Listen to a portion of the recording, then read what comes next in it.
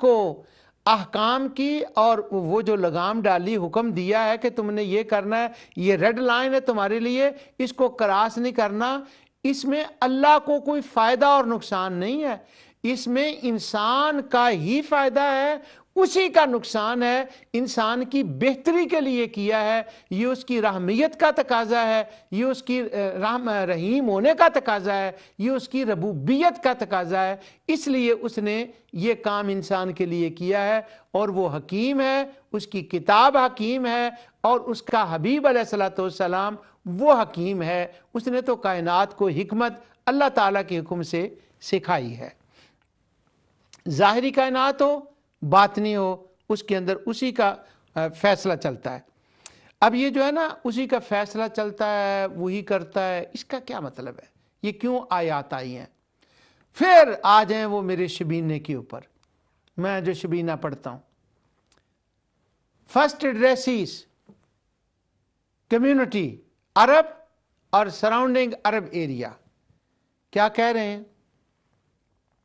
وہ کہہ رہے ہیں یہ جو ہمارے خدا ہیں، خواہ وہ پہاڑ ہوں، خواہ وہ درخت ہوں، خواہ وہ ستارے ہوں، خواہ وہ جنات ہوں، اصنام ہوں، جو بھی ہوں، ان کے خیال میں اس حکومت کے اندر ان کا بھی کچھ حصہ ہے، چونکہ ان کا حصہ ہے اس لیے یہ بھی کسی درجے میں کوئی تعریف کے قابل ہیں، خدائی تعریف، انسانی تعریف نہیں، انبیاء والی تعریف، اولیاء والی نہیں، یہ بھی ایک مینٹل النس ہے۔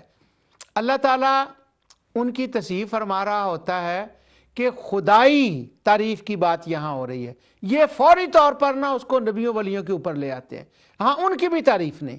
اب الحمدللہ الف لام جیڑا بھی ہے، یہ میری بات بچے بچیاں سمجھتے ہیں جو ابتدائی طور پر ان چیزوں کو پڑھ رہے ہیں، کوئی لام بھی، الف لام کوئی بھی ہو، لیکن اس سے ہٹ کر اگر بچ بچا کے چوری چوری ننگے نا، تو الف لام کوئی بھی ہو، اس کا ایک معنی بنتا ہے جو اللہ والی تعریف ہے، جو خدائی والی تعریف ہے، وہ اللہ کے سوا مخلوق میں کسی میں نہیں ہو سکتی، جو خدائی والی ہے۔ اور باقی رہی مخلوقوں والی تعریفیں، وہ تو اس نے عطا کی ہیں، وہ ان کے حسب حال، وہ تو ان کی تعریفیں ہیں، اور وہ خود فرماتا ہے جس تعریف کو انکار کیا گیا ہے اور اس کو باؤنڈ کیا گیا ہے، وہ صرف خدائی والی تعریف ہے۔ تو یہاں پر بھی جس حکم کی، جس حکومت کی باؤنڈ جس کو کیا گیا ہے نا، وہ خدائی والی بات ہے کہ خدائی کسی کی اس کی حکومت میں حصے داری اور اقتدار نہیں ہے۔ اور اس کی تعبیریں جو قرآن میں آئی ہیں، کیا بات ہے، وہ وجد میں آ جاتا ہے بندہ جب ان تعریفوں کو پڑھتا ہے، اور جس انداز سے اس بات کو سمجھایا گیا ہے۔ اور سب سے بڑی بات ہے کہ جو ہماری کمیونٹی کے لوکل یہاں کے ممبرز ہیں، جنہوں نے سمجھا پڑھا ہے، مثلا وہ عام بندوں کی بات نہیں، اسٹریٹ میں ہیلو مارننگ کہنے کی میں بات نہیں کر رہا، جن کو پتہ نہیں، جو اس فیلڈ سے گزرے ہیں، جو ان کوچوں کے راہی ہیں، جو ان سے آگاہ ہیں، جو ان کو واقف ہیں، وہ کہتے ہیں کہ ایک ہی بات کے اتنے اسالیب بدل بدل کر اور اس طرح سے اندر سے چینجنگ پیدا کرنا، یہ قرآن کی یونیکنیس ہے اس پلانٹ کے اوپر، اور کوئی انسان ایسا کلام نہیں کر سکتا۔ اور ایک ایک لفظ ایسے جڑ جاتا ہے اس کے ساتھ، دوسرے کے ساتھ جڑ جاتا ہے، اور اینڈ میں جا کر ان سب کا ایک میننگ بن جاتا ہے۔ حد ہو، کمال ہو گئی ہے، کمال ہو گئی ہے۔ تو اللہ تعالیٰ کے وہ تکوینی احکام میں کسی اور کا کوئی اختیار نہیں، اس کا معنی ہے خدائی والا اختیار نہیں ہے۔ تو اللہ تعالیٰ ظاہری باطنی ہر جگہ پر وہ فرماتا ہے۔ حکمہ جو ہے وہ انسان کے صحیح جو ہے نا وہ حدود کو مقرر کر دیتی ہے۔ اب جو حکومت ہے، اس کا ایک معنی اور وہ یہ ہے کہ قیامت قائم ہوگی، اور قیامت کے دن اللہ تعالیٰ فیصلے فرمائے گا۔ میں نے کہہ دیا کہ وہ حکومت ہر جگہ، یہاں پیچھے بھی دنیا میں اس کی حکومت، وہی فیصلے فرمانے والا۔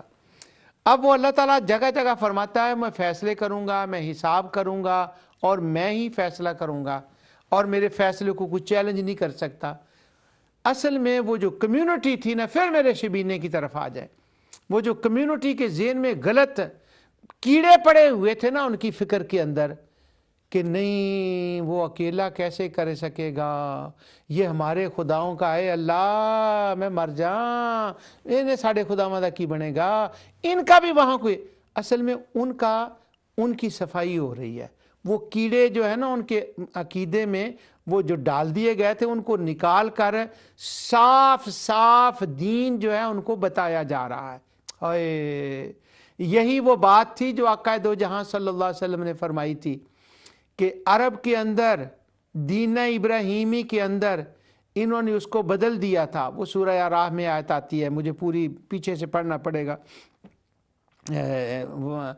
وہ انہوں نے اس کو خراب کر دیا ہے اور اس کے اندر انہوں نے اس کو ملاوٹ کر دی ہے، اور حضور نے فرمایا تھا میں نے ان کو نکال کر دیا ہے سب کو، وہ جو کیڑے ڈالے ہوئے تھے انہوں نے جو گندیاں پھینکی ہوئی تھی ان کو میں نے نکال دیا، اب میں صاف شفاف دین جو دین ابراہیمی تھا دوبارہ اللہ نے اور تمام انبیاء کا تھا وہ ریوائز ہو گیا ہے، میرے اوپر دوبارہ نازل ہو گیا ہے، میں اس کو تمہیں چمکتا دمکتا دے کر جا رہا ہوں کہ نہ کوئی خدا کا شریک، نہ اس کی قدرت ناقص، نہ اس کا علم ناقص، اور میں اس کا نبی ہوں، میرے اوپر اس نے کتاب نازل فرمائی ہے اور قیامت کا آنا حق ہے، میں نے علم و قدرت اس کی شان کو بیان کر دیا ہے، میں تمہیں چمکتا دمکتا توحید رسالت و آخرت کا دین جا کر دے کے جا رہا ہوں، اس کو اسی طرح بیان کرتے رہنا،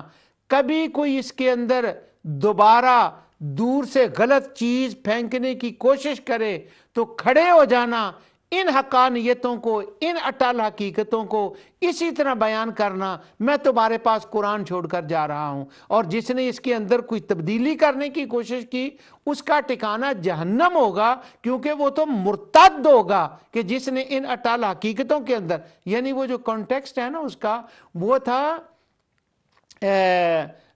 کیا اس کا لفظ ہوتا ہے، اعتقادیہ، وہ اعتقادیہ تھا جہاں وہ بدعت کا لفظ آیا تھا کہ اعتقادیہ وہاں پر ہے، اور لوگوں نے اس کا ترجمہ کر لیا کہ اگر کوئی بندہ جمعرات کے دن 3 بار قل ہو اللہ پڑھ دے تو وہ حضور نے اس کے بارے میں فرمایا تھا کہ یہ بندے نے وہ دین کی چمک دمک جو ہے نا اس کو ختم کر دیا۔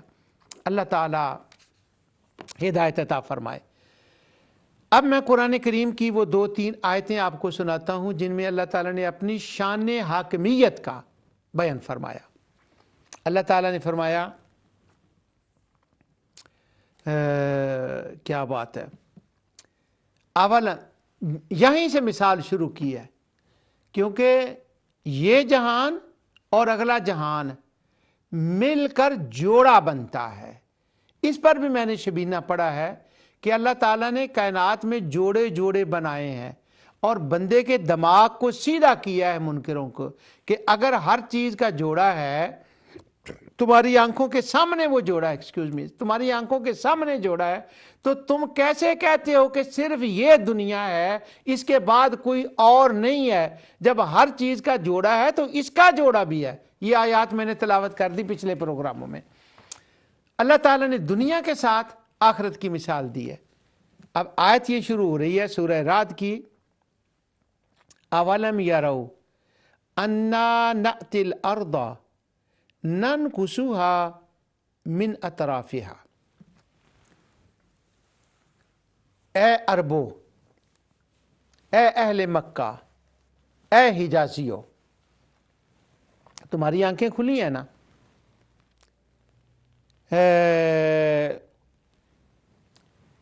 آنکھیں کھول کے دیکھو،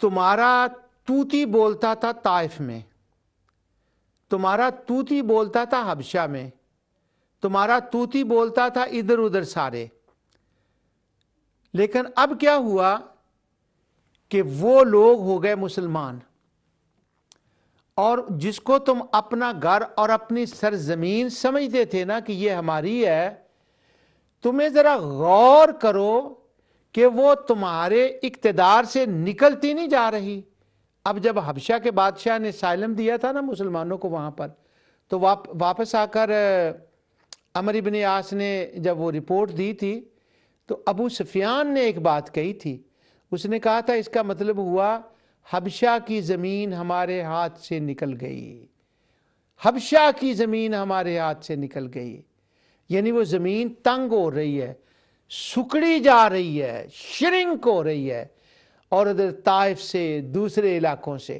اور پھر جب مدینہ میں ہجرت ہوتی ہے پھر تو ذرا اور فتوحات کی بات ہو گئی۔ لیکن یہ سورہ رعد ہے، روایات کے اعتبار سے کئی ایسی آیتیں ہیں، بلکہ اسی آیت کی وجہ سے لوگ اس کو، بعض اہل علم نے اس کو مدنی قرار دیا ہے، لیکن سورت کا مزاج جو ہے وہ مدنی نہیں ہے، کیونکہ وہ اس آیت کی وجہ سے کہتے ہیں کہ زمین سکڑ رہی ہے اہل مکہ کے لیے، تو ظاہر ہے کہ جب یہ فتوحات ہوئی ہیں تو تبھی جا کر پھر یہ زمین سکڑے گی نا، مکے میں رہتے ہوئے تو زمین سکڑ نہیں سکتی، اس وقت تو کوئی فتوحات نہیں ہوئی تھی۔ یہ بات اہل علم کا دھیان اس طرف گیا ہے۔ لیکن یہی آیت جو ہے، یہ آیت آئی ہے سورت انبیاء میں۔ چلو رات کو تو کہہ لیں گے جی وہ ایک فلاں دہاق جو ہے نا اس نے کہا ہے کہ یہ مدینے میں نازل ہوئی ہے۔ اب پوری سورت کا مزاج بھی تو دیکھنا ہے نا کہ پوری سورت کا مزاج جو ہے وہ کیا ہے، اس اعتبار سے تو وہ مکی ہے۔ لیکن یہی آیت آئی ہے اس کے انبیاء کے اندر، اور انبیاء تو پکی مکی ہے نا، وہاں بھی یہ الفاظ آئے ہیں کہ تمہارے ارد گرد کی زمین سکڑ رہی ہے۔ تو اس کا مطلب ہوا اس آیت کی وجہ سے یا اس اسلوب کی وجہ سے پوری رات کو مدنی قرار دے دینا، جن اہل علم کا خیال ہے ان کو ذرا اس طرح بھی توجہ فرمانی چاہیے کہ یہ آیت تو انبیاء میں بھی آ چکی ہے۔ اسلام پھیل رہا ہے اور ان کے لیے زمین جو ہے نا وہ تنگ ہو رہی ہے، اسلام کو غلبہ حاصل ہو رہا ہے۔ اور اگر اس کو محاورے کے معنی میں لیں، کیونکہ قرآن کے اندر جو محاورے ہیں نا وہ ہو کیا بات ہے، وہ محاوروں میں جو قرآن بات کرتا ہے، اگر محاورے کے معنی میں لیں تو اس کا مطلب ہے کہ تمہارے وہ غلط جو دلائل تم نے بنا رکھے تھے ان کی زمین تنگ ہو رہی ہے، وہ گر رہے ہیں، وہ چکنا چور ہو رہے ہیں، اور تمہارے لیے زمین تنگ ہو رہی ہے، تم سکڑ رہے ہو۔ یہ اپنے حلقے میں تو تم ان کی واہ واہ کر لو گے، لیکن قرآن کی جو شانیں بیان ہوئی ہیں، جو دلائل آ گئے ہیں ان کے سامنے، یہ تمہارے سامنے تمہارے دلائل نہ حبشہ میں، نہ مصر میں، نہ شام میں، نہ طائف میں، نہ یثرب میں، نہ خیبر میں، کہیں یہ کھڑے نہیں ہو سکتے۔ وہاں پر صرف وہ دلائل بولیں گے جو رسول اللہ صلی اللہ علیہ وسلم نے بیان فرمائے۔ یہ ذرا تھوڑی سی وہ مکہ مدینہ کی وجہ سے میں نے اس کی بات کر دی ہے کہ تمہارے ارد گرد جو ہے زمین کے کنارے جو ہیں وہ کم ہوتے چلے آ رہے ہیں۔ آگے ہے واللہ یحکم لا معقب لحکمہ، اللہ کا فیصلہ ہے، اور جب اللہ کوئی فیصلہ فرما دے تو اسے کوئی چینج کرنے والا نہیں ہو سکتا۔ اب پھر شبینہ ایک منٹ کے لیے، اللہ نے یہ فیصلہ کیا ارد گرد اسلام پھیلے، اللہ نے یہ فیصلہ کیا دلائل میں نازل کروں لوگ ان کو سمجھیں۔ اب اللہ کے اس فیصلے کے مقابلے میں کون کھڑا ہو سکتا تھا کفار و مشرکین کے عقیدے کے مطابق؟ کون تھا جو اس میں مداخلت کر سکتا؟ کون تھا جو اسے چینج کر سکتا؟ اس فیصلے کو کون تھا جو ڈیسیجن کو چینج کر سکتا؟ کون ہو سکتا تھا؟ اگر سورۃ رعد کی پچھلی آیتوں کو دیکھ لیں تو یہ وہی ہو سکتے تھے جن کے بارے میں ان کو کہا گیا تھا کل سموہم، ذرا وہ بتاؤ تو صحیح، وہ دکھاؤ تو صحیح ان کے کارنامے کیا ہیں، وہ کون ہیں۔ لہو دعوت الحق والذین یدعون من دونہ، وہ جو من دون ہیں نا ان کے خیال عقیدے کے مطابق وہ کھڑے ہو سکتے تھے جو فیصلہ چینج کر سکتے تھے۔ کیا فیصلہ؟ فیصلہ یہ تھا کہ یہ اٹل ہے، اب ان کو کمزور کر دیں، آگے بڑھنے نہ دیں.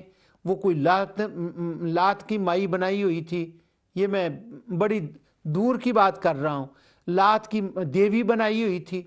ویسے ہمارے ہاں مشہور ہے بندہ سی نیک، قبر بن گئی، دربار بن گیا، لوگ منتاں منن ڈے پے، پانی پیون ڈے پے.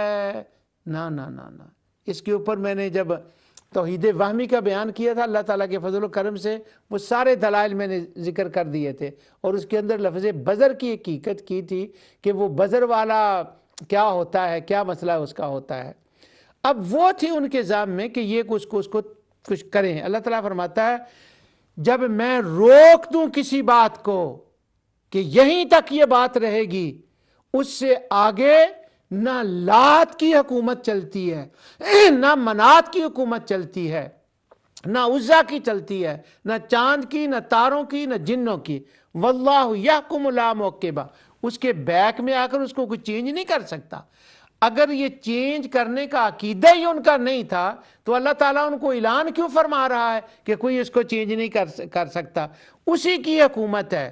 اور وَهُوَ سَرِيعُ الْحِسَابِ، واہ، اور وہ جلد حساب لینے والا ہے.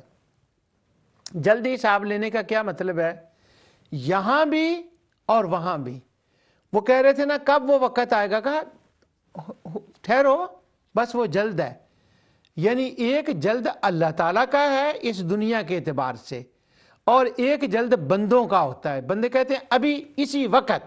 اللہ تعالیٰ فرماتا ہے نہیں، میرے کچھ احکام، کچھ قوانین، کچھ حقیقتیں اور ہیں، یہ میرے بندے ہیں، میں نے ان کو وقفہ دینا ہے، میں نے ان کو مہلتیں دینی ہیں. ان مہلتوں کی وجہ سے میں نے ان کو وقفہ دینا ہے، ان کو سنبھلنے کا موقع دینا ہے. اس لیے میرا سریع الحساب میرے اعتبار سے ہے، اور جب ہوگا قیامت کا دن اس کے اعتبار سے سریع الحساب.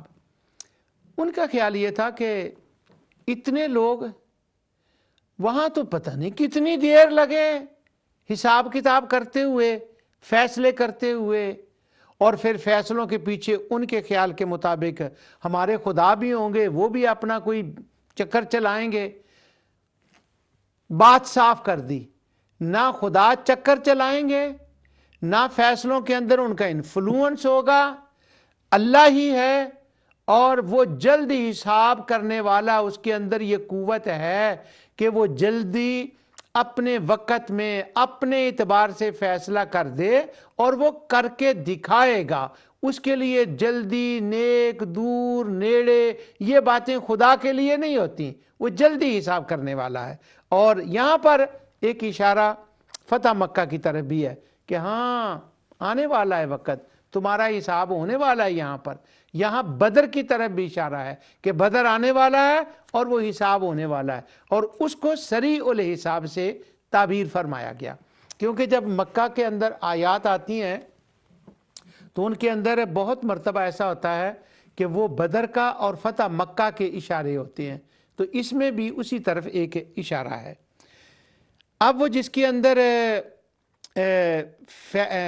آیا ہے حکم کا آیت آئی ہے، ان میں سے میں ایک آیت اور پڑھتا ہوں آپ کے سامنے، اور یہ قیامت کے دن کا ذکر ہے.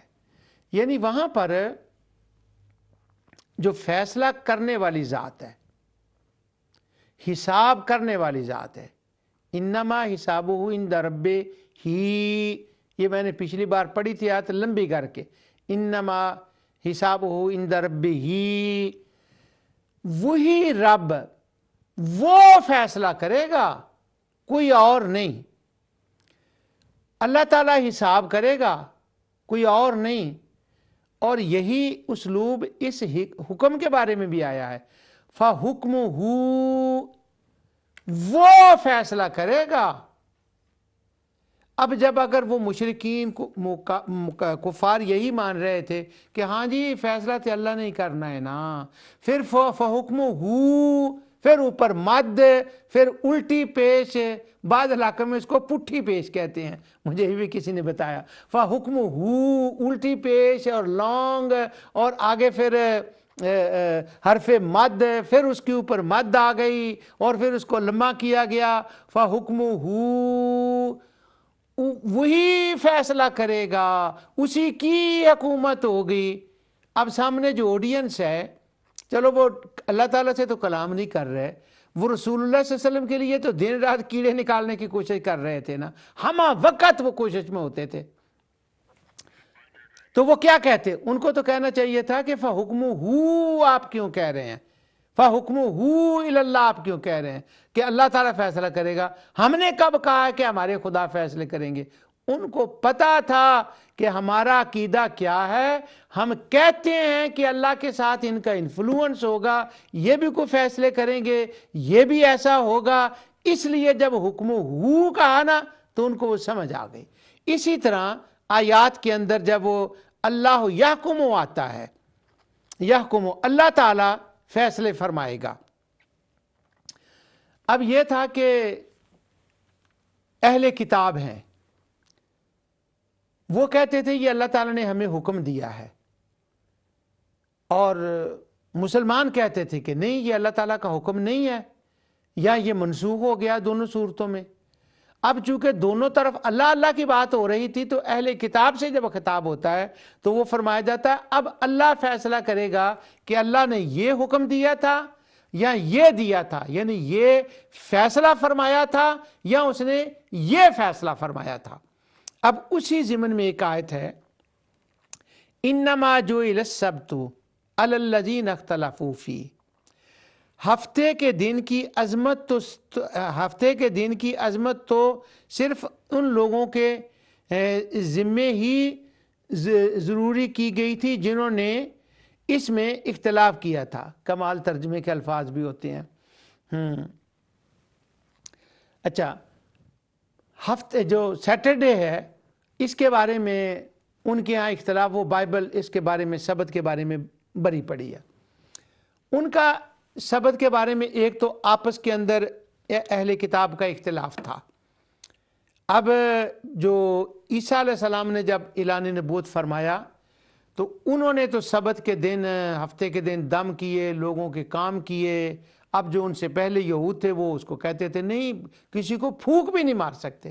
عیسیٰ علیہ السلام پر جو الزامات انہوں نے لگائے اور جو مقدمہ دائر ہوا، ان مقدموں میں ایک یہ بھی مقدمہ تھا کہ یہ پھونکے مارتے ہیں لوگوں کو، یہ دم کرتے ہیں، اور وہ بھی ہفتے کے دن۔ اللہ میری توبہ، ہفتے والے دن دم کر دیتا۔ اب ایک طرف یہ وہ اختلاف کر رہے ہیں، اور ان کی اپنی حالت قرآن میں بیان ہوئی ہے کہ وہ ہفتے کے دن کو کبھی اہمیت نہیں دیتے تھے، کبھی بہت زیادہ دیتے تھے۔ اب نبی کریم صلی اللہ علیہ وسلم نے ہفتے کو کام کرنے کی اجازت دی، اس کے لیے وہ منسوخی کا حکم آ گیا۔ اب انہوں نے ظاہر ہے کہ مسلمانوں سے بھی اختلاف کیا۔ اب اس کی کیا حقیقت ہے، میں نے یہ نوٹ لکھا ہوا، لیکن اس کا ٹائم مجھے الاؤ نہیں کر رہا، اور ویسے بھی میں نے یحکم کے اوپر زیادہ زور دینا ہے۔ اللہ تعالیٰ فرماتا ہے وَإِنَّ رَبَّكَ لَيَحْكُمُ بَيْنَهُمْ يَوْمَ الْقِيَامَةِ، جو بھی کہتے ہیں کہ اللہ تعالیٰ قیامت کے دن اس بات کا فیصلہ فرمائے گا، یعنی فیصلہ قیامت کے دن جو فرمائے گا وہ اللہ فرمائے گا، اور کوئی نہیں، اللہ تعالیٰ ہی فیصلہ فرمانے والا ہے۔ تو یہاں پر بھی قیامت کے دن جو فیصلہ ہے اللہ فرمائے گا، اور آگے سورہ حج کے اندر بھی آیات اس قسم کی آتی ہیں، سورہ مومن کے اندر بھی ہیں، اور مختلف آیات ہیں۔ الملک یومئذ للہ یحکم بینہم، حکومت بھی اسی کی، بادشاہی بھی اسی کی، فیصلے بھی اسی کے، نہ لامنات کی ایز اے خدا چلے گی، نہ عزا کی، نہ کسی اور کی۔ انشاءاللہ اس پر کنٹینیولی پھر کسی وقت بات کریں گے اگلے پروگراموں میں۔ میں نے جو کچھ کہا اللہ تعالیٰ اسے قبول فرمائے۔ وما علیہ الا البلاغ۔